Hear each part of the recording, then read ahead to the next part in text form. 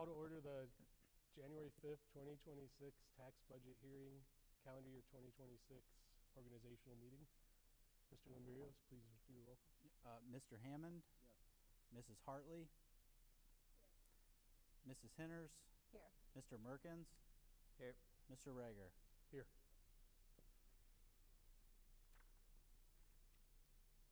And now, the Pledge of Allegiance, please stand. Where's the, oh, it's right there. I pledge allegiance to the flag of the United States of America and to the republic for which it stands, one nation, under God, indivisible, with liberty and justice for all.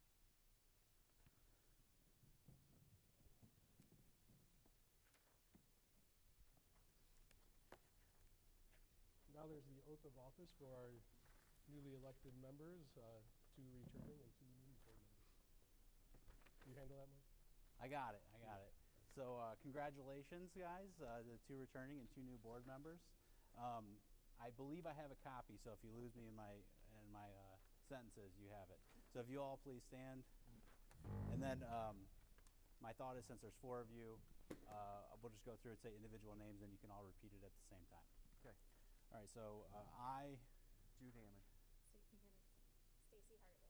Jonathan Merkins.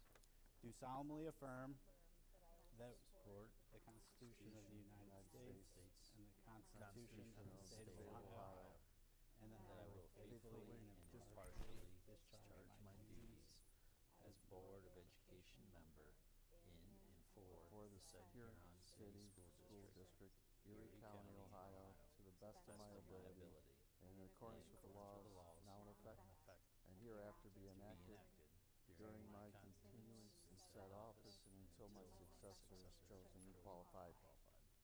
Right. Congratulations again, guys. Thanks, my oath. That's You my. need us to sign these? Yes, so each of you have a copy with your name on it, if you could sign it. Oh, it's over here. I probably buried it.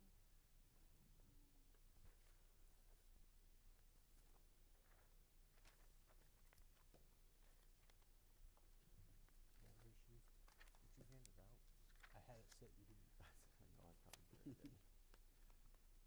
I can get you one here. I'll be good. I'll find it. Just give me a minute. Thanks, Jude. On policies, second meeting.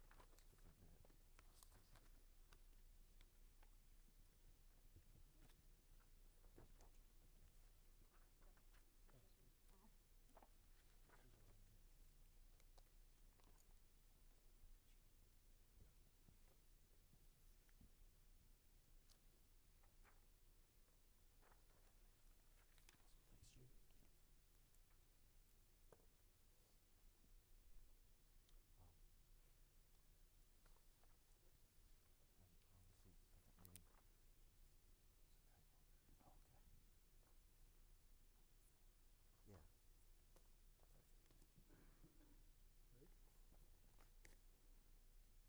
So the first order of business for the calendar year 2026 is the election of the board president, and it's open for nomination.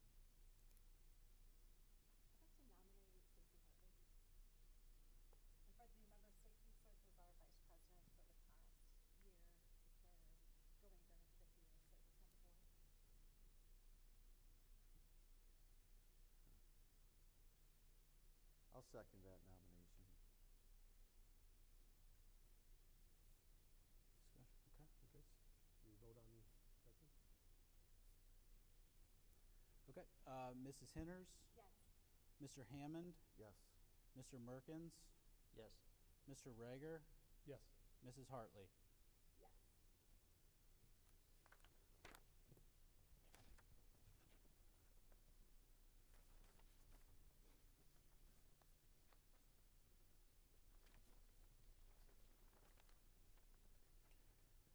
All right, if you raise your right hand.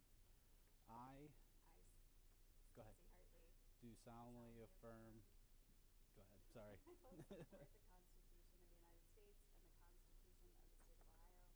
the Constitution of the United States and the Constitution of the State of Ohio, and that I will faithfully and impartially discharge my duties as president in and for said Huron City School District, Erie County, Ohio, to the best of my ability and in accordance with the laws now in effect and hereafter to be enacted during my continuance in said office and until my successor is chosen and qualified. Thank you.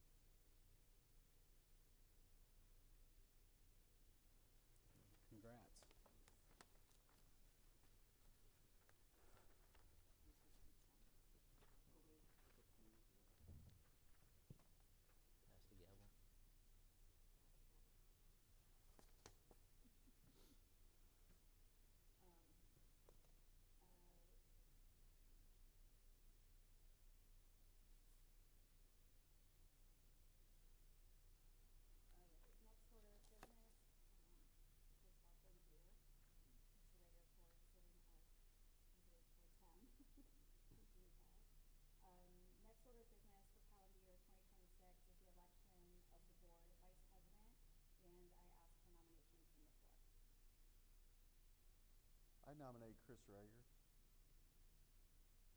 I'll second. Thank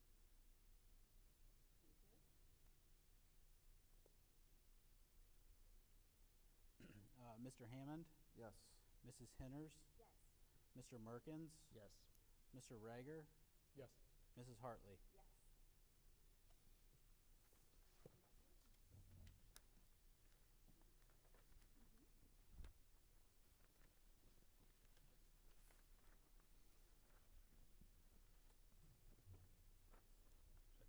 Yeah, yep.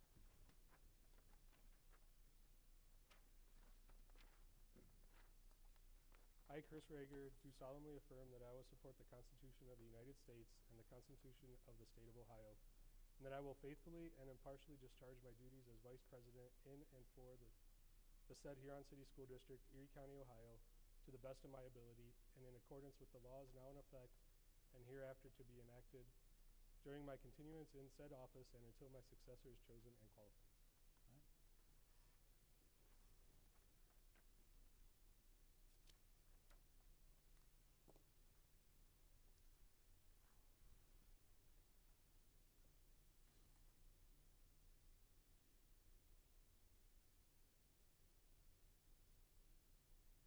Thanks, Russ. Congrats. Yep.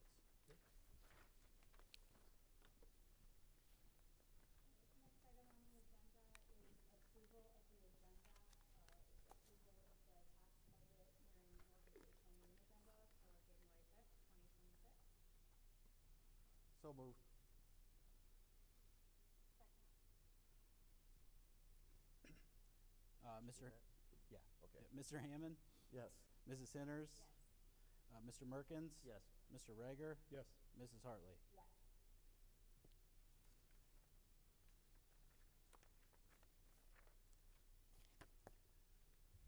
Okay, for the tax budget, I put a little synopsis on your table so you could follow along. Each year, Huron City Schools is required by Ohio law to adopt a tax budget because we are a political subdivision and taxing authority. The tax budget is not a spending document, but a planning tool that shows historical information, where we expect to end the current year, and what we anticipate for the near future. This information is used by the Erie County Auditor and Budget Commission to review our financial needs, certify tax rates, and issue the Certificate of Estimated Resources, which sets the maximum amount the district can appropriate for the coming fiscal year. The tax budget also helps align our fiscal year operations with the county's calendar year tax collection process and ensures transparency and sound long-term financial planning by confirming that our existing tax revenues are sufficient to meet operational, debt, and capital needs. For anyone that's interested, a copy can be found on our agenda on board docs. And then there's a little bit of a explanation down there, Q&A kind of, on the tax budget. If you've had time to review it, does anybody have any questions? Or does the public have any questions?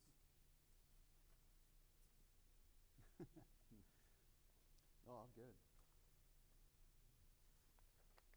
I know that the county commissioners and county treasurer and budget commission has been concerned about carryover balances. Yep. As it relates to these tax budgets. I think you're going to experience more fine-tuning and accountability. I think that's probably appropriate these days, tax revenues being where they are. So having gone through this process as county auditor and on the budget commission, I'll be glad to assist you, Mike, in any way I Absolutely. can.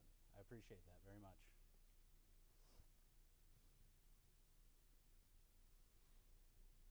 I have no problem with the tax budget as presented. I'd make a motion to accept it as presented. I'll second. Awesome. Mr. Hammond, Yes. Mr. Merkins, Yes. Mrs. Henners, Yes. Mr. Rager, Yes. Mrs. Hartley. Yes. Next item, business of the board, superintendent recommendations. Yeah, so every organizational meeting, we have a little bit of a laundry list of processes and procedures that we conduct throughout the calendar year. And so just reviewing through them quickly, A is the meeting schedule. Typically, the meetings are the third Monday of the month. They start at 6. We do make deviations when there's a holiday on that Monday. We push it a week. There's the week in June that we pushed it to the end of the month so that we can close the fiscal year. Other than that, it follows that pattern. B is treasurer authorizations. C is superintendent authorizations. D is waiving the reading of the minutes as long as they're posted in advance. E is establishment of the record commission. F is our annual OSBA membership. And G is the legal assistance offered through OSBA.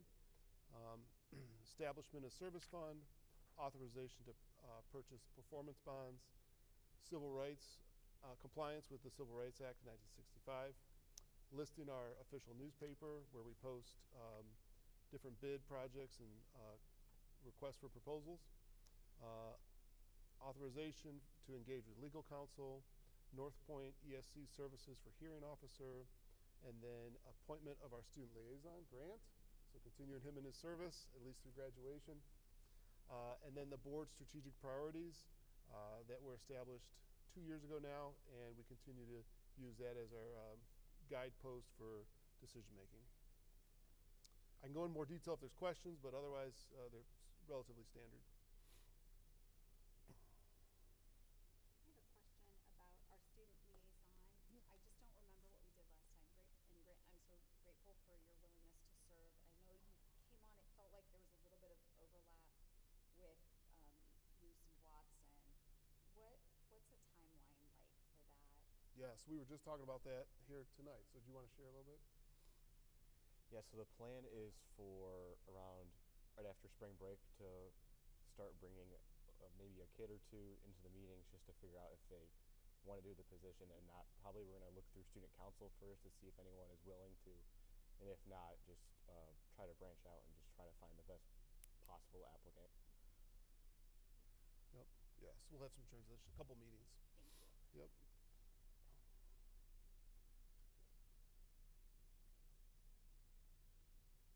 no other items, questions? All right, I open the floor for a motion to approve the consent agenda items listed under 5 and 6. I'll make a motion to approve those items. Second. Mr. Rager, Yes. Mrs. Henners, Yes. Mr. Merkins, Yes. Mr. Hammond, Yes. Mrs. Hartley. Yes. All right, next item, business of the board, superintendent recommendations. Yeah, so we, Huron City Schools has a board position at EHOVE. Not every school district that they serve does, but we're fortunate that we do. It goes back to their original charter. It's a 2-year commitment, so this would start this month, January of 2026, and continue through December of 2028. Chris Rager has most recently served, but at this point we're looking for the next 2-year commitment. Are you Yeah. interested in? I would serving? continue doing it if the board chooses. Works for me. Do I need a motion, or do you want to just make a motion At the about end. all the items on this part of the agenda? It's set up to be I think- separate, but we yeah, could I do think Yeah. we either have way. action I'll make a for motion to appoint Chris as our EHOVE liaison. I'll second. Mr. Hammond, Yes. Mr. Merkins, Yes. Mrs. Henners, Mr. Rager, Yes. Mrs. Hartley. Yes. 8B is the appointment of a board member to serve as the legislative liaison for the OSBA, Ohio School Board Association. That's where at the Capitol Conference there's a meeting that they attend, as well as just general awareness of legislative activity at the state level. Do you have to appoint an alternative at the same time?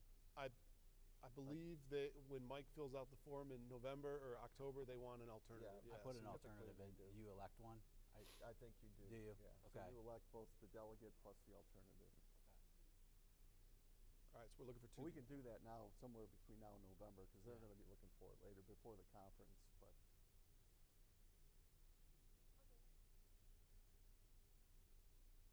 do you need another motion? I guess so, yeah. I'll make motion to Ms. Henners for Legislative. OSBA liaison. I'll second that. Mr. Merkins, Yes. Mr. Hammond, Yes. Mrs. Henners, Yes. Mr. Rager, Yes. Mrs. Hartley. Yes. The next set are board liaisons for community groups, and so we have two community groups. There's the Athletic Boosters and Hall of Fame, and then the second group is the Huron Joint Rec District. So those are the two that are community groups. I've been on here on Joint Rec. I would have no problem remaining on that. It's in my habit pattern anyway. Works for me. What was the other one? Athletic? Athletic Boosters and Hall of Fame. Do you have, yes, Booster does a Just- separate outside. I wouldn't mind doing it if Yep. that's okay with the board. Yeah, I don't Do have a Hall of problem Fame? doing that Okay. either. Did it last year. Did you? Again. Okay. Okay. I know most of the characters, so. Jonathan Merkins represent the district in the Joint Recreation District, and Jude Hammond represent the district and the board on the Athletic Boosters Hall of Fame. I'll second. Mrs. Henners, Yes. Mr. Merkins, Yes. Mr. Hammond, Yes. Mr. Rager, Yes. Mrs. Hartley. Yes. All right, and the letter D is approval for board liaisons for district committees. So we have three. The first is policy and handbooks. Ms. Henners has been serving on that. The second is finance and audit. Ms. Hartley and Mr. Rager have been serving on that. And then teaching, learning, and technology, Jody Mass was serving on that. So we have those three district committees that we welcome board participation. Well, I wouldn't mind being on finance and audit. Makes Kind of sense. fits my Yep. background.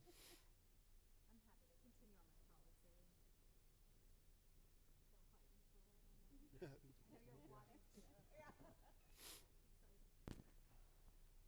What's teaching, learning, tech? What's We that? usually do two for finance. We had two, yeah. Okay. Oh, wow. Who's normally done that? Oh, Joe. You said it, Joe. I'm sorry. Do you want to continue on finance? I'm fine stepping off. Yeah. I am too, either way. Would you like finance? Are you interested in finance? No. I'm Okay. sure. I'll do it. I'll I- do it. That's fine. I'll do it. That's fine. If you want down, Chris, that's fine. Oh, it's fine. I didn't know if Stacy wanted to continue on that, or I'm fine either way. So. Does it make sense to have someone with continuity, or it doesn't really matter? Yeah, I'll keep it. Okay.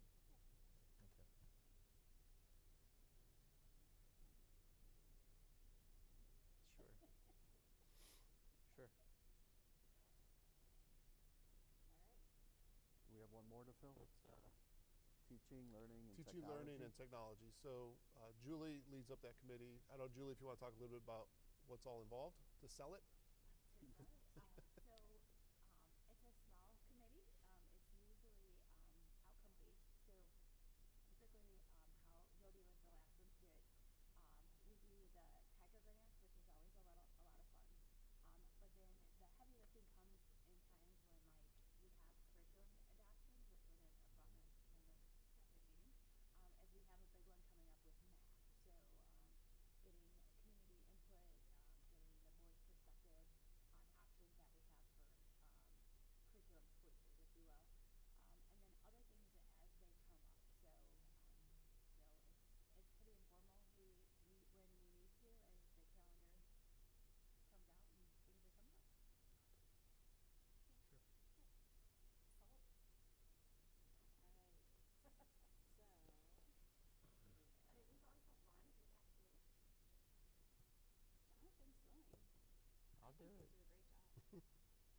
Mr. Merkins. Mm-hmm. All right, so we have Stacy Henners I make a motion, Stacy Henners for policy and handbook, Jude Hammond and Chris Rager for finance and audit, and Jonathan Merkins for teaching, learning, and technology. I'll second. Make a motion to that effect to appoint those three committees. I'll second. Sorry. Mr. Hammond, Yes. Mr. Merkins, Yes. Mr. Rager, Yes. Mrs. Henners, Yes. Mrs. very good. And then letter C is the Coalition of Rural and Appalachian Schools. So this is something that I've presented to the board previously, and we've discussed. My recommendation is that Huron City Schools becomes a member of this chorus group. Ultimately, we have OSBA that represents all public schools. We have BASA and OASBA that help represent public school superintendent and treasurers. What chorus does is they represent specifically that niche of rural and Appalachian schools. And the way DEW classifies schools, there's either urban, suburban, or rural, and Huron is considered a rural district. So talking with them about the type of districts that are members, we fit well into that category. Randy Gardner is their executive director, former senator, and he has very good perspective that he shares with member districts about the different activities happening at the state level with legislation, specifically funding, but also compliance. And in that, they also offer different professional development for treasurers and superintendents, and it's specific for those that are leading rural or Appalachian schools. So it has a little bit of a niche compared to the other 3 organizations that we're a part of. So it's not to replace one of those other organizations, but to augment or to add to. And that's my recommendation. I don't know if there's any questions about it. So you're looking just to participate, or are you looking for an appointee? Nope, just to participate. So like OSBA membership renewal was in the consent part. That's because we've been OSBA members for countless years. This would be a new membership, so that's why it's a separate single item. Theoretically, this gets approved tonight, then next year it could be up in that consent agenda because it's a renewal. So I wanted to make sure there was special discussion about it and clarify any questions or anything like that. What would be I remember we talked about this. The cost, was it like around $5,000? Yeah, the cost is $5,000, which is comparable to the other associations that we're part of. And I think where we got hung up last time when we discussed this was really just like the return on investment for that money. Like what, I guess, distinct value we get in return for the $5,000 that we don't get from OSBA, OASBA, BASA, which we, I mean, I don't know what our total buy-in for these different organizations is, but it's not nothing, right? Correct. No, it's not nothing. It's comparable to this $5,000 annually. And I would say again that Chorus is providing professional development, networking opportunities for school board members, superintendent, treasurer, and other executive leaders of districts. And their programming is tailored specifically for those rural and Appalachian schools. Additionally, they're helping us navigate the legislative networking with legislators, getting our voices heard. They have that connection that when we have a concern and we go to the legislators, they might say, well, that's a small Huron, Erie County district. Like what impact does they really have? Am I going to really listen to them? But if we funnel that through Chorus has a louder voice that gets heard by the legislators. And that was proven in some of the legislative work that they helped guide and influence in the last 6 months, specifically with school funding, 20 mil floor, and all those fun facts. So this would just be for a 12-month, 1 year? Yes, 1 year. Yep. And we can always not renew. That's correct. Yep. Well, I do like the fact that Randy Gardner's involved. Randy's been a good representative, senator for this area. He's been the Chancellor of Education in Ohio. He brings a strong background and a solid supporter of education over the years. I wouldn't mind trying it for a year just to see what we get out of it. It doesn't hurt to have more voice when it comes to decisions made in Columbus that impact us here locally. So I would support joining this association for at least 1 year and see if we really get any more benefit out of it than what we're already getting. Yeah, perfect. So I make that an emotion. Because we could always talk in the fall or December meeting, say, was it? Yeah, it'll come up next year whether we want to kind of don't know what continue. we're getting ROI on. Yeah. Give it a shot. Mr. Hammond? Yes. Mr. Rager? Yes. Mr. Merkins? Yes. Mrs. Henners? Yes. Mrs. Hartley? Yes. And then 8F, as we're concluding here the organizational meeting, really, Mike and I did a review of practices and processes that we have. One is the live stream and then recording of the board meetings. The district implemented the live stream broadcasting and recording of board meetings during the COVID pandemic when public access to meeting was restricted. Those restrictions are no longer in place, and continuing to broadcast and record the meeting presents several significant concerns. First, while live streaming and recording are intended to promote transparency and access, technical difficulties frequently undermine that goal. When production issues occur, the result can appear to the public as limited or withhold access rather than enhance transparency. Second, the district does not have control over all the content discussed during public comment and other times. This creates a risk of inappropriate language or topics that may broadcast live, permanently published in the recordings, and attempting to edit or remove such content after the fact exposes the district to claims that is impeding First Amendment protected speech. Third, the live broadcasting and archive records allow access to individuals or groups outside of Huron City Schools community who have no legitimate interest in the board operations. Legal counsel has advised against this level of accessibility, noting that third-party firms routinely review public posted meeting records to identify minor procedural errors and then leverage those to issue frivolous litigation or settlement demands. And then finally, the district fully complies with Ohio's open meeting sunshine laws. Live broadcasting and ongoing publication of the meeting recording exceed statutory requirements. Meaningful community engagement is best supported by community members attending meetings in person to observe the board's deliberate process as it occurs. For those reasons, I make the recommendation to suspend live broadcasting and recordings. It can be reassessed in the future as needed. So I called Dr. Chapman today to ask about this, and I had, I guess in my mind, I kind of separated out the two, a live broadcast and a recording. And I am comfortable with no longer doing live broadcasts. I know technical and some risks. I do like the idea of the meeting still being recorded to provide accessibility for folks. I agree. I think if somebody is here in person and really gets the full context of a meeting, may even be able to see documents firsthand if there's prompts or displays as we've had in presentations in the past. It's really helpful. Then I think about it for me as a taxpayer. If the only way I'm going to get information about every entity that represents me, I don't know that I could keep a job. If I'm thinking about, obviously, school, I'm here. But then I'm thinking of city council and every committee of city council. And then I'm thinking of the township and the committees of the township. And then the county and every committee of the county and every county body. And YHOVI and the state and the state senate and the state legislature.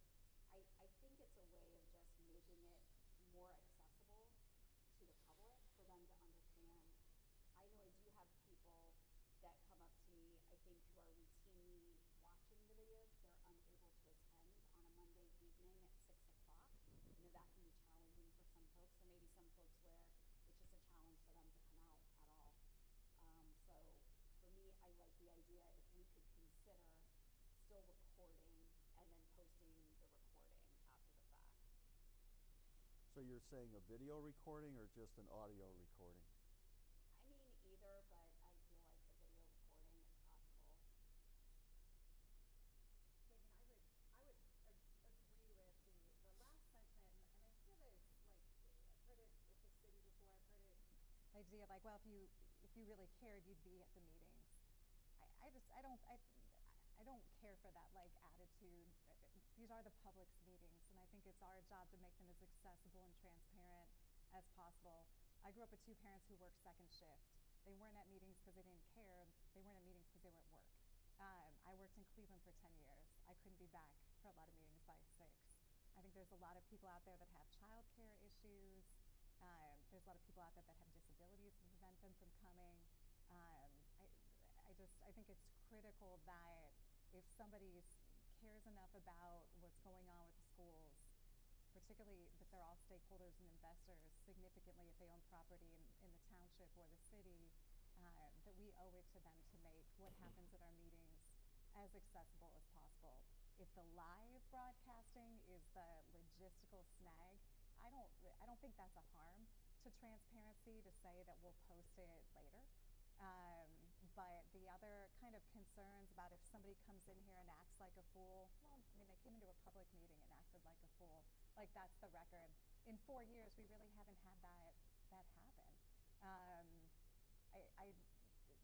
I feel like whatever risks we're balancing out, the harm to the community in terms of transparency and openness, and just the message that it would send that we're like, you get a one-page minute listing of our minutes and that's it. It just feels off to me from a transparency standpoint. So I would fully, if the live thing, I fully support going to something we post maybe the next day or as quickly as we can. If that's the snag, I don't have an issue with that, but to stop recording altogether feels off to me. I don't have a problem eliminating the streaming and keeping the recording, but let me ask you, James, logistically, is this something that's reasonable without causing too much of an issue for your IT department? Or Yeah, so in talking with IT, they said that if we ended the live streaming, it would be beneficial in the logistics of it.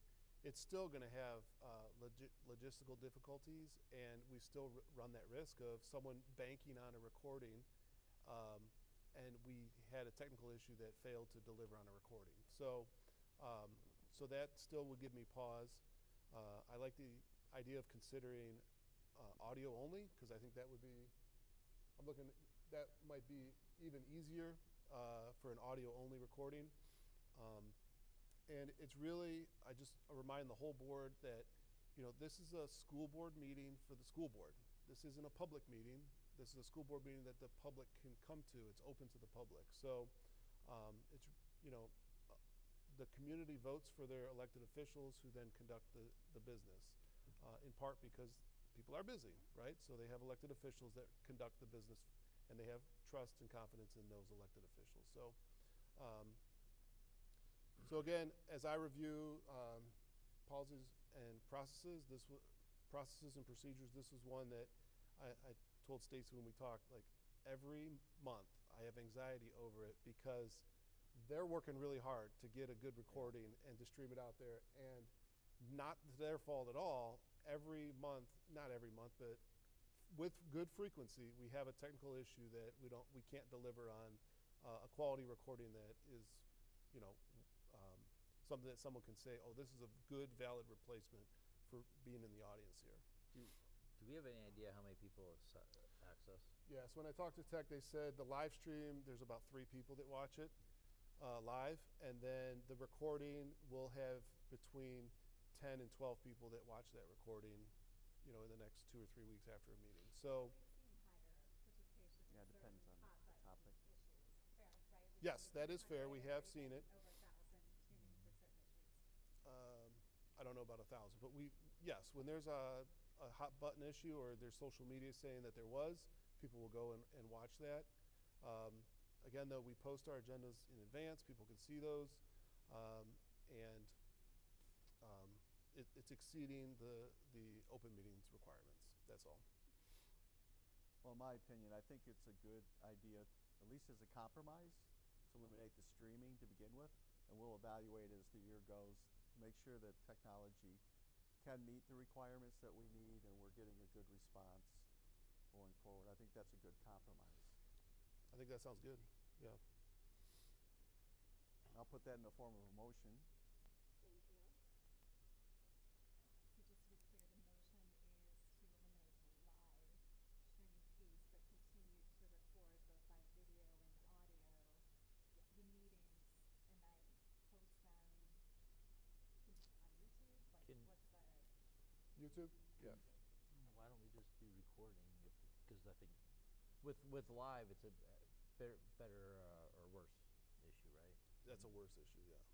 So I would have been one to say, let's nix both, find out if people complain, then you can always bring it back. That's where I would lean. But if we're going to do this halfway step, get rid of the live stream, let's try recording. and if we had to bring something back, because I've done that where I assume people want something, and then you take it away, and no one ever. It was important to me, but no one else. So, if it's an issue, which I think, when there is a technical issue, it looks like you're hiding something. We'll eliminate that. So is that a that's where I would second? say. So do I have a motion? I have a motion. Mr. Hammond. Motion, and did you I'll second. second? Yeah. Okay. So is it that we're keeping video? The video and audio. And we'll post that on YouTube following the meeting, whatever time frame, and then we'll evaluate as time goes. Okay. I get what you're saying, but I also know that from what I hear and what I see is the schools aren't transparent. So if we shut it off and there's an event where 300 to 500 people want to watch it, the fact that we didn't post the video is, see, you're just trying to hide things from us. Gotcha. Which I think it probably isn't the case, but it's optics that the public sees. So I think this is a good compromise. Can I make one more point? Not to is anybody can walk in here from the public and record in bits and pieces, covertly, not covertly anymore. So and that concerns me a bit, right? Because that means somebody could pick and choose what they wanted to record, how they wanted to edit, and if we're not keeping some sort of baseline of what happened, we're kind of at the mercy of that sort of resource. So I throw that out there too, because there's nothing we can do to prevent that from happening. The goal would be, do we have a essentially single source of truth from a video and audio recording that we put out there to the public? And respectfully, I hear what you're saying, James, but I view it a little bit different. To me, like, this is the public's meeting.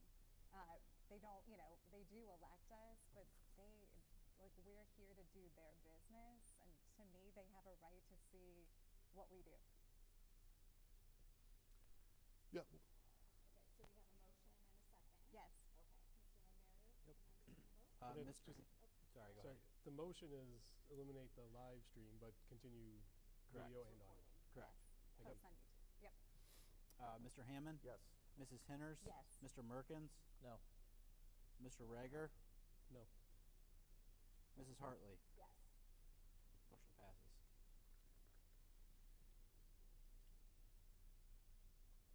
Okay, next meeting is immediately following with our January regular meeting. Thing with the committees, we didn't have on here was, it's not really our formal committee, but the facility. Oh. Dr. LaFay sat on that with me, so I didn't know if somebody else wanted to participate as needed. It's not, we talked last time about maybe at least getting them together again, Okay, so, sure. sorry, we didn't have that together the rest of the agenda. Okay, Yeah, so facility committee, yeah, Chris, you're right. Dr. LaFay and you served on that most recently. So when that group gets ready to meet again, I would look to engage with Chris, but there's definitely opportunity for a second board member if there's interest. Does the board need to officially appoint a No. member to the committee, or is this just given direction? It was not official. I think the limit, though, is just from an organizational standpoint to have 2 folks identified so that we didn't run into an open meetings type of issue if 3 or more showed up. Yeah, you would have to, Right. to avoid the public records, open public meeting laws. Right. You can't have more than 2. Right. I could join you, Chris, if you don't mind. Sure. It's good. All right, thanks, Jude. Thank you. okay, shall we vote on that as well since we did the other ones? Okay. Yep. I move, we appoint Chris Rager and Jude Hammond to the Facilities Committee. Second? Mrs. Hartley? Yes. Mrs. Henners? Yes. Mr. Hammond? Yes. Mr. Merkins? Yes. Mr. Rager? Yes. Thanks for catching that. All right. Let's see, we have on here, obviously, like our next, we'll roll into our regular January meeting, but our next regular meeting, I just put on here, is February 23rd, 2026. Without any further, this adjourns, technically, our organizational and tax budget hearing.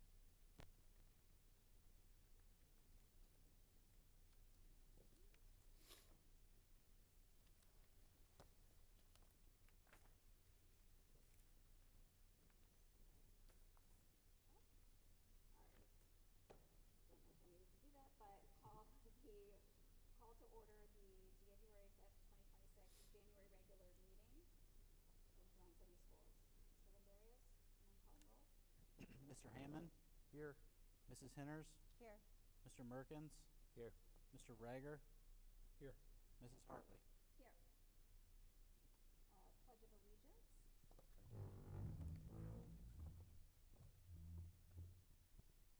Pledge allegiance To the flag of the United States of America and to the republic for which it stands, one nation, under God, indivisible, with liberty and justice for all.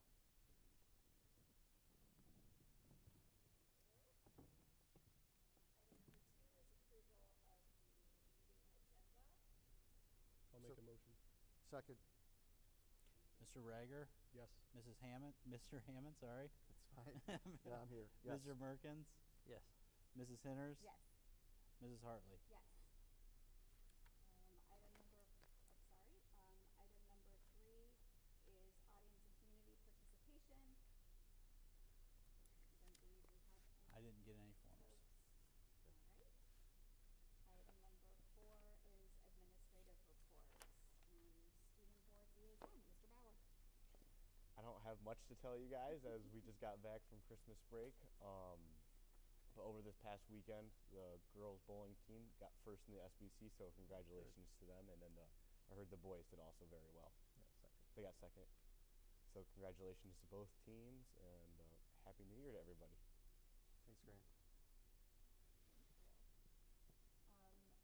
Assistant Superintendent of Academic Affairs report, Dr. McDonald. Yes, thank you. So I was absent at last month's meeting. Both Mr. Carter and myself had the opportunity through BASA to attend a 2-day professional development. It was offered to 40 individuals statewide, so we all converged down in a hotel in Columbus at the Easton in their conference room and spent time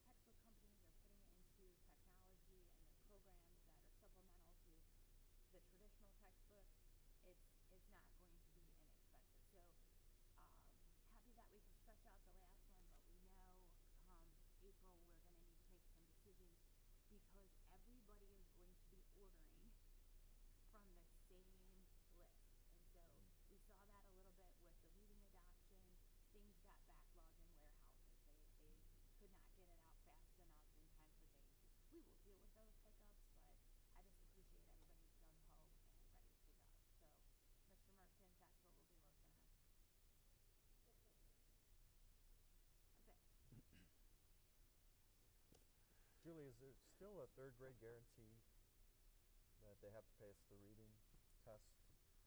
Is that still in place? So it is, but it is not. Oh, So okay. 2 years ago, there was a repeal in the fact that if a parent disagrees with the test score, the parent can place the student into 4th grade. Oh, okay. So they can still get advanced even though they didn't pass the Correct. third grade reading? And we have had some parents use that option. Now, we pull out of the stop. So we do the test in February. We'll give the alternative test through STAR. We do the summer test. We do the summer tutoring. We have them, work with the library. The library summer program is phenomenal. We do all the things. If they don't hit, so if you recall, up until last year, you could get the promotion score. That is no longer the case. On the sub-test for reading, there was you could get a 42, which is a different, and I'm so sorry, this is convoluted, it's a different subset of the scaled score for 700. It's not like you add up all the sub-tests. It's not how it works. But, so that got you through. So they did away with all that, and it is a 700. Now, the kicker is you can still move along. If you don't have the 700, then you go on the RIMP, and the RIMP follows you until you get a 700, and you have one opportunity a year for that. And so we do have students on RIMPs now in the 5th grade and planning for 6th grade. We just have students of all reading ability levels, and we'll keep working with them. And REP is remediation and retesting. Reading improvement plan. Yes. So, yes. And word has it that the same will come for math, so we'll have MIPS, math improvement plans. So, Thank you. yes. Thank you, Dr. McDonald. Treasurer's report, Mr. Lindarios. All right, sorry I wasn't able to send things out prior. It was a really quick turnaround with this meeting being at the 5th. So, but anyways, we are halfway through the fiscal year, which is really hard to believe. It's really kind of flying by. So in our revenues, our total for all funds, we're right around the 46% of projections, as well as general fund revenues, right around 46%. Total expenditures for all funds, we're about 39%. You'll see that pick up with some of the extra payrolls and some other things, 3-month payrolls and stuff. And general fund expenditures were right around 40%. The donations, we had one donation this month, $300 for the Huron Vocal Music Program. Item C, we did get 2 new safety grants, very similar to the ones that we received last year. The total for those 2, one was $40,000, the other one was $7,451.47. I don't know that we necessarily know exactly what that's going to yet. We've discussed some things, but we'll keep you updated on that. Item D is that resolution. We do this one every year. It lets the district make smaller purchases with federal grant monies up to $50,000 without going through the full bidding process. So that's that resolution. Updates, just so you're aware, this will be the first time with the change in timing for the forecast. We'll actually be getting that next month, so I'll have that for you next month to present. I plan to bring together the finance committee before that to discuss. There's a lot of new, obviously the new House bills and everything that the governor signed is going to really shake some things up, I think. So just be ready for that. I will try to get that out to you as early as possible because it could look different than it did when we just did it last. I even get the dates mixed up. August. It's still getting used to that. So I'll keep you updated on all that. Does anybody have any questions?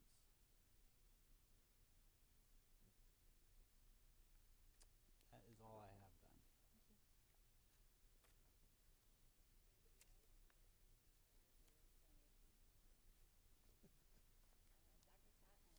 Thank you.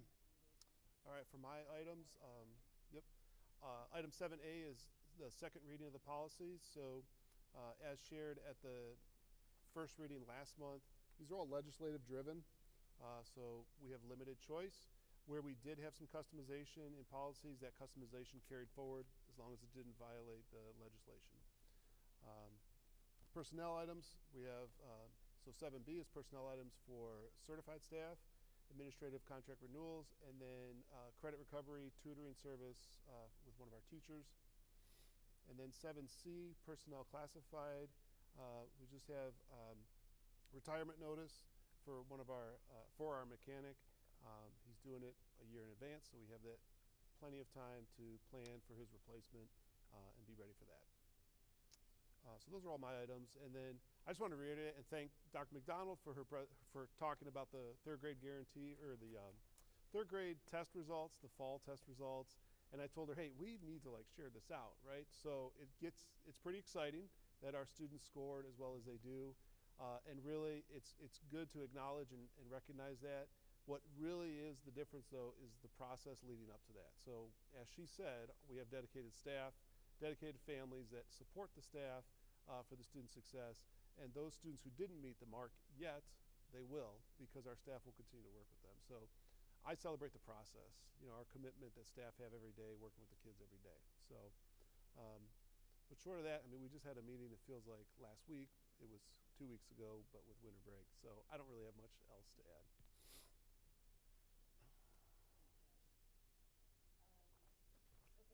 Open the floor for a motion for approval of the consent agenda items under sections 5 through 7. So moved. I'll second. Mr. Hammond? Yes. Mr. Merkins? Yes. Mrs. Henners? Yes. Mr. Rager? Yes. Mrs. Hartley? Yes. Great. Item 9A, student safety reporting. Yeah, so student safety reporting, we've done a lot of discussions really since the spring about student safety, our staff's commitment to it. And one of the gaps that we identified was the student safety reporting semi-annual requirement for bullying. When we talked about this in the fall, we talked about we're required to report about bullying reports that have been received by the principal.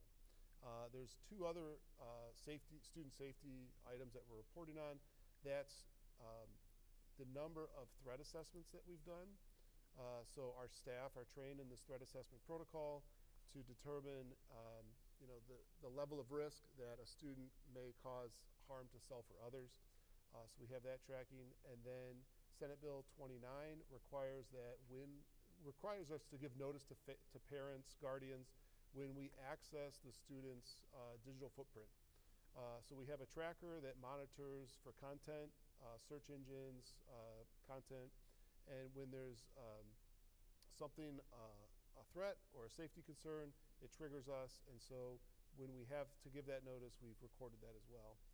Those are done at the district level because those aren't required that we include that, but in the interest of transparency and to be comprehensive of different ways that we're working to keep kids safe, we're now including that. The report's attached and it's also linked on the website. There's really no action. It has to be posted on, the law requires us posted on the website and provided to the board president. So this item being on there is for discussion and then also just to memorialize that semi-annual reporting. Maybe there's no discussion, which is okay. Any questions about it? No. So I know we talked when you said you were going to make that adjustment here back in the fall on how we report this. Yes. I just saw the old yearly results, and it used to have incidents, then confirmed, then we went to just incidents, and it was kind of like 0, 0, 0. Now Right. we're just showing incidents, but not confirmed. Right? Correct. So the law says that anytime an individual reports to the principal bullying, that has to be counted. It's covered. So it's counted. Yep. Okay. No, just making sure it's clear. Thank you. Any new business? 9B. All right. I do not believe we have need for executive session this evening. So, is this the same date we presented?